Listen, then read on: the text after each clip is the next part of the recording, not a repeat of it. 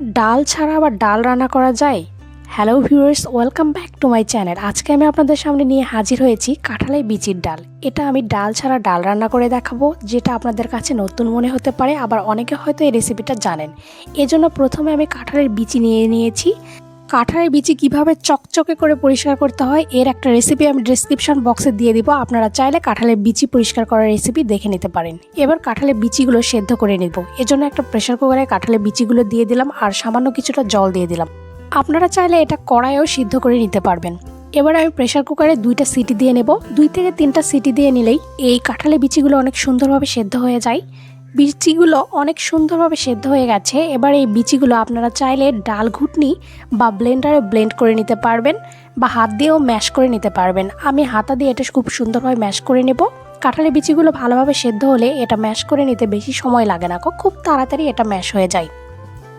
ভিডিওটিতে একটা লাইক দিয়ে অবশ্যই এই রেসিপিটা সম্পূর্ণ দেখুন। আশা করি এই রেসিপিটা অনেক ভালো লাগবে আপনাদের কাছে। কাঁঠালের বিচিগুলো সম্পূর্ণ ম্যাশ করে নিয়েছি। এবার এখানে দিয়ে দিলাম কয়েকটা কাঁচামরিচ ফালি আর দিয়ে দিলাম হলুদ, পরিমাণ মতো জল এখানে দিয়ে দিলাম আর দিয়ে দিব টেস্ট অনুযায়ী লবণ। এবার এই সবগুলো উপকরণ খুব সুন্দরভাবে হাতা দিয়ে মিশিয়ে নিতে হবে। কাঁঠালের বিচির এই ডালটা একটু ঘন হয়ে থাকে, এজন্য এখানে বেশি করে জল দিতে হবে। এটা অনেক ঘন হয়ে থাকে এমনি ডালের চাইতে। এবার এটা ঢাকা দিয়ে দেব, কিছুক্ষণ ঢাকা দিয়ে এটা রান্না করে নেব। এবার ঢাকাটা উঠিয়ে নিলাম। খুব সুন্দরভাবে বলক আসতে শুরু করেছে। এবার এটা নাড়াচাড়া করে নেব আর কিছুক্ষণ এটা এইভাবে রান্না করে নেব। খুব ভালোভাবে বলক তুলে নিতে হবে।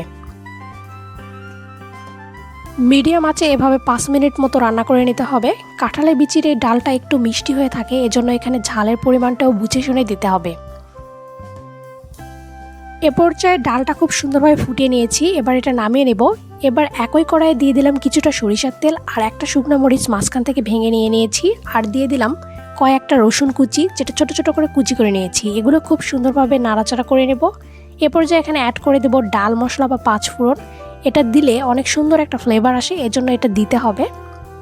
এ পর্যায়ে এখানে অ্যাড করে দেব পেঁয়াজ কুচি। এখানে 2টা মাঝারি সাইজের পেঁয়াজ আমি কুচি করে নিয়েছি। এটাও খুব সুন্দরভাবে তেলের মধ্যে ভেজে নিতে হবে। হালকা ব্রাউন কালার হয়ে গেলে ভাজা হয়ে যাবে।